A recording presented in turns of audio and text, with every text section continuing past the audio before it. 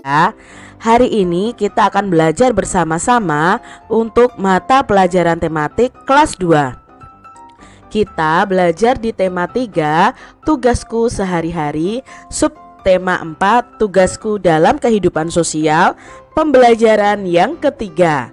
Mari adik-adik kita belajar dengan penuh semangat. Mari kita baca dongeng yang berjudul Gagak Sang Pembohong. Nah, di sini ada dongeng fabel yang berjudul Gagak Sang Pembohong. Mari adik-adik kita simak bersama-sama. Gagak Sang Pembohong, ciptaan Marfiah Astuti. Aku adalah burung gagak. Makananku daging bangkai hewan lain.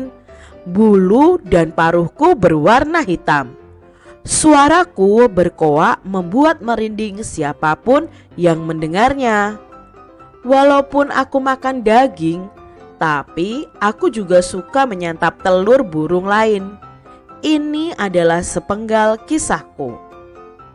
Di pagi yang cerah, 4 burung pipit sedang bercanda penuh keakraban.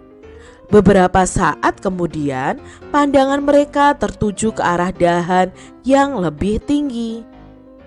Di atasnya, seekor burung bertengger memandangi mereka.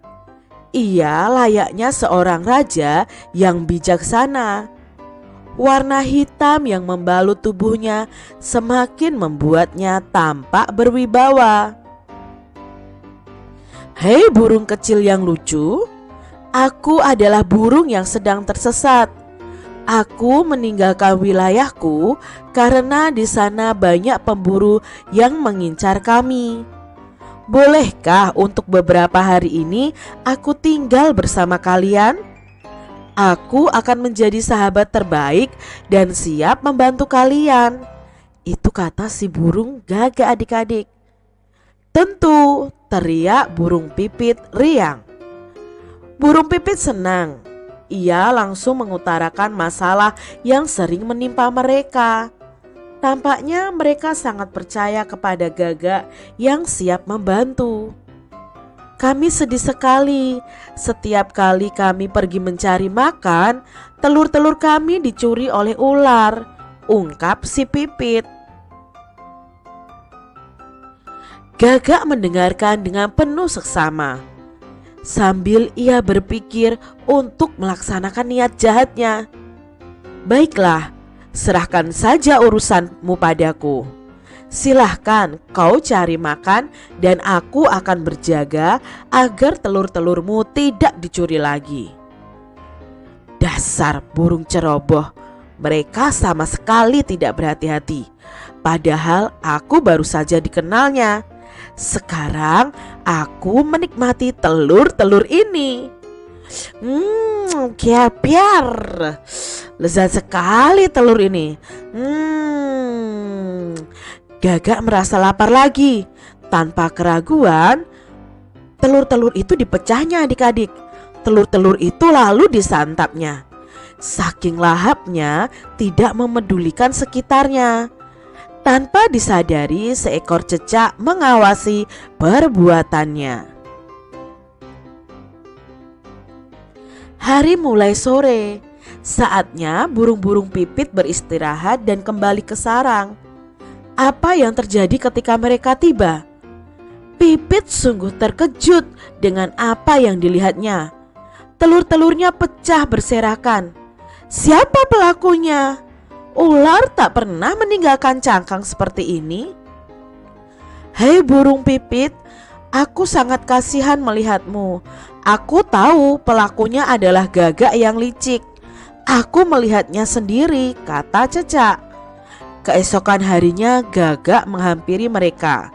Ia tampak bersedih. "Maafkan aku burung-burung yang kecil. Saat aku menjaga telurmu, ada burung elang mau tak mendatangi telurmu. Aku mengusirnya. Aku sangat kaget ketika aku kembali, telur-telurmu sudah pecah. Aku berjanji hal itu tidak akan terjadi lagi," ungkap gagak tampak penuh penyesalan. Keempat burung pipit pergi agak jauh dari sarangnya.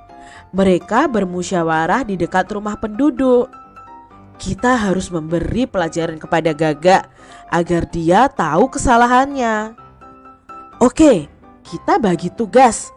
Ada yang menyiapkan tempat dan ada yang mematuk dahan pohon nangka agar getahnya keluar. Ayo, kumpulkan getah sebanyak-banyaknya. Lalu kita taruh di sekeliling sarang. Mereka pun bergotong royong adik-adik. Keesokan harinya Gagak melaksanakan tugasnya menjaga telur. Di balik semak-semak, burung pipit memperhatikan dengan saksama. Hei, lihat, Gagak itu mulai mendatangi telur-telurmu, bisik Pipit.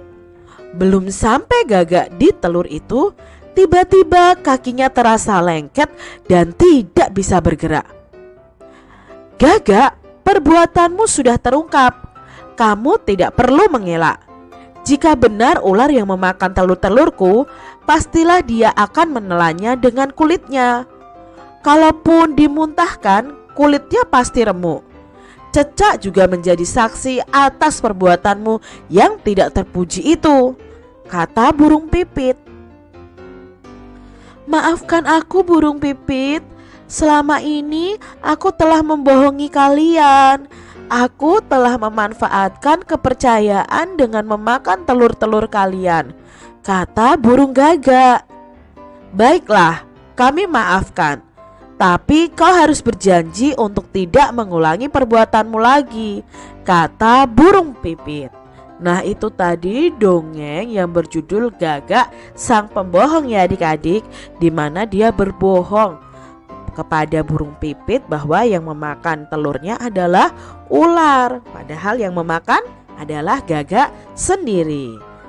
Dari cerita ini tadi adik-adik, kita mengetahui ada 3 tokoh yang berperan dalam dongeng ini, yaitu burung pipit, Gagak, dan Cecak adik-adik.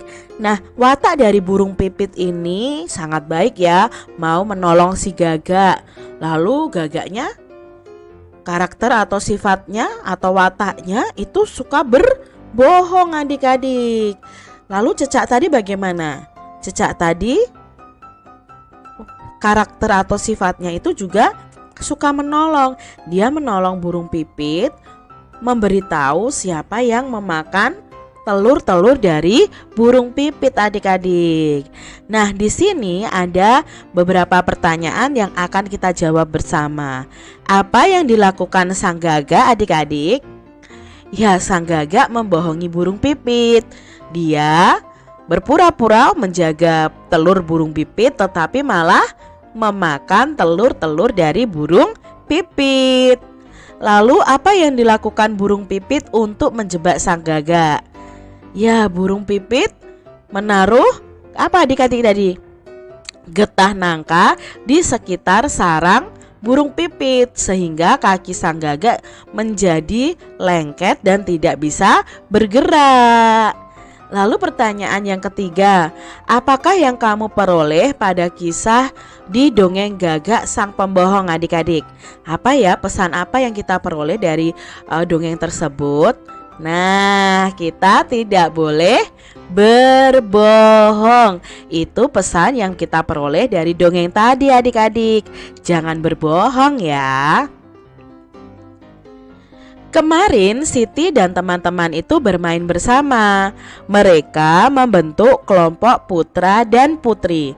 Tentunya adik-adik masih ingat ya bahwa kelompok putra itu kelompok yang berjenis kelamin anak laki-laki. Sedangkan kelompok putri itu kelompok untuk anak-anak yang berjenis kelamin perempuan. Nah, di sini mari kita isi petak-petak di bawah ini. Yang mendatar itu untuk siswa perempuan dan yang menurun itu untuk siswa laki-laki. Nah, di sini Kak Citra akan mengisi dari siswa laki-laki dulu ya. Nah, di sini ada 3 peta. Nah, di 3 peta ini berarti huruf atau namanya itu ada 3 huruf adik-adik. Nah, siapa ya di sini? Kalau namanya 3 huruf, Berarti ada Ali dan ada Edo. Nah, kalau di sini Edo berarti EDO. Apakah ada anak perempuan yang bernama ada huruf O-nya? Tidak ada ya. Nah, berarti di sini bisanya adalah Ali. Nah, begitu. Lalu menurun berikutnya. Ini ya, ada 3 peta juga. Berarti nanti ada 3 huruf. Berarti di sini ada Edo. Nah, di sini berarti sudah jelas pasti Beni.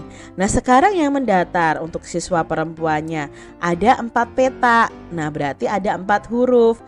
Huruf keduanya I. Kita lihat Siti, Dayu, Leni. Berarti yang huruf keduanya I adalah Siti. Nah, lalu berikutnya ada huruf D 4 peta. O, Dayu. Dan sisanya adalah Leni. Nah, ini tadi cara mengisi peta-peta adik-adik pada kartu huruf berikut. Hari ini ibu guru memberikan pengumuman. Besok sekolah Siti akan mengadakan upacara adik-adik. Upacara tersebut dalam rangka Hari Sumpah Pemuda. Upacara akan dihadiri oleh perangkat desa dan masyarakat. Setelah upacara akan diadakan bakti sosial. Nah, bakti sosial ini tujuannya memberi bantuan untuk masyarakat yang kurang mampu. Siti dan teman-teman juga menyiapkan bingkisan. Mereka membelikan buku, penghapus, pensil, dan alat tulis lain. Berikut barang-barang yang akan mereka sumbangkan. Nah, mereka ini ya ada barang-barang dan harganya ya. Buku harganya 2.000, pensil 500 rupiah, penghapus 500 rupiah, penggaris 1.000. Lalu ini namanya tip X ya adik-adik ya, untuk menghapus tulisan yang salah dengan menggunakan ballpoint itu ya. Kalau kita menulis dengan ballpoint salah, nah kita bisa menghapusnya dengan tip X ini. Harganya juga 2.000. Nah, di sini Siti dan teman-teman ingin membeli barang di atas sesuai dengan uangnya. Nah, di sini contohnya ya. Siti memiliki uang 5.000 rupiah. Kira-kira barang apa yang dapat ia beli? Berarti Siti bisa membeli barang dengan total harga 5.000 rupiah. Tidak boleh lebih dari itu adik-adik. Nah, di sini seperti kalian menulis pembuatan nota ketika kalian membeli sesuatu. Contohnya di sini Siti memiliki uang 5.000. Maka Siti bisa membeli nama barangnya buku tulis. Nah, buku tulisnya mau beli berapa? Misalnya beli 1 saja. Harga buku tulisnya berapa? 2.000. Oh, berarti jumlah harganya karena hanya beli 1 saja, berarti harganya cuma 2.000. Lalu Siti juga membeli pensil misalnya. Pensilnya mau beli berapa? Misalnya beli 1. Nah, harganya berapa? Oh, satunya harganya 500. Berarti jumlah harganya 500 juga. Lalu Siti membeli penghapus. Penghapusnya berapa? Oh, 1. Lalu harganya berapa? Oh, 500 rupiah. Jumlah harganya 500 rupiah. Kalau di total belanjaan Siti itu baru berapa? 2.000 ditambah 500 ditambah 500. Ya, 3.000 adik-adik, padahal uangnya 5.000 ya, masih kurang 2.000. Nah, lalu Siti membeli lagi penggaris, tetapi di sini Siti membeli penggarisnya sebanyak 2. Harga penggarisnya satunya 1.000 rupiah. Berarti kalau beli 2 jumlah harganya adalah 2.000 rupiah. Nah, kalau sudah tertulis semuanya, lalu kita total adik-adik. 2.000 ditambah 500, 2.500. 2.500 ditambah 500, 3.000. 3.000 ditambah 2.000, ya 5.000. Berarti uang Siti ini sudah pas untuk membeli buku tulis sebanyak 1, pensilnya 1, penghapusnya 1, penggarisnya 2. Nah, kalian bisa memperkirakan barang-barang yang lain. Mungkin contohnya ya, beli tip X-nya 1, 2.000 ya. Lalu beli bukunya 1, 4.000. Lalu beli penggarisnya 1, 5.000. Nah, itu sama adik-adik. Jumlah harganya itu 5.000. Jadi kalian bisa perkirakan sendiri ya, selain punya Kak Citra ini. Lalu berikutnya, Edo memiliki 2 keping 500-an. Berarti kalau 2 keping 500-an itu nilainya berapa adik-adik? Ya, 1.000. Dan 2 lembar uang 1.000-an. Berarti 2 lembar uang 1.000-an nilainya berapa? Ya, 2.000. 2.000 ditambah 1.000 sama dengan 3.000. Nah, ini uang Edo 3.000 dulu adik-adik. Barang apa yang dapat ia beli? Nah, baru kita cari tahu barang apa saja yang bisa Edo beli dengan uang 3.000 rupiah. Contohnya, Edo beli tip X. Tip X-nya sebanyak 1. Harganya berapa? Oh, 2.000. Berarti jumlah harganya 2.000. Lalu beli pensil Edo, pensilnya 1 saja, harganya 500, maka jumlah harganya 500 karena membelinya hanya 1. Nah, di sini baru 2.500, padahal uangnya 3.000. Nah, berarti Edo masih bisa membeli 1 barang lagi yang harganya 500 rupiah. Berarti bisa membeli penghapus. Berapa belinya? Ya cuma 1 adik-adik, seharga 500 rupiah. Maka jumlah harganya atau totalnya 2.000 ditambah 500 ditambah 500. Ya 3.000 rupiah, sama dengan uang Edo. Berikutnya, Beni memiliki 1 lembar uang 2.000-an, berarti 2.000 rupiah, dan 2 keping uang 1.000-an.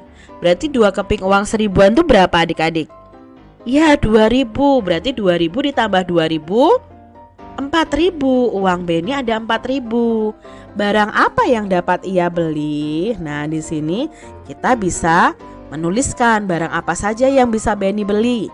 Nah, contoh dari Kak Citra, Beni itu membeli tip X sebanyak 1, berarti harganya 2.000. Nah, jumlah harganya juga 2.000.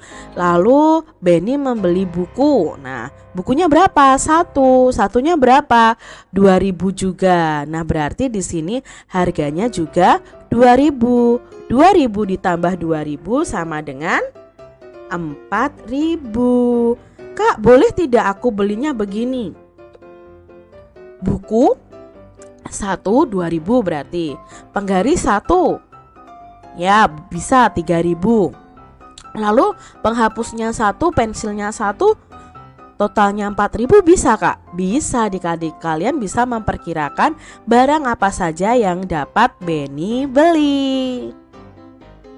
Demikian tadi adik-adik pembahasan kita di tema 3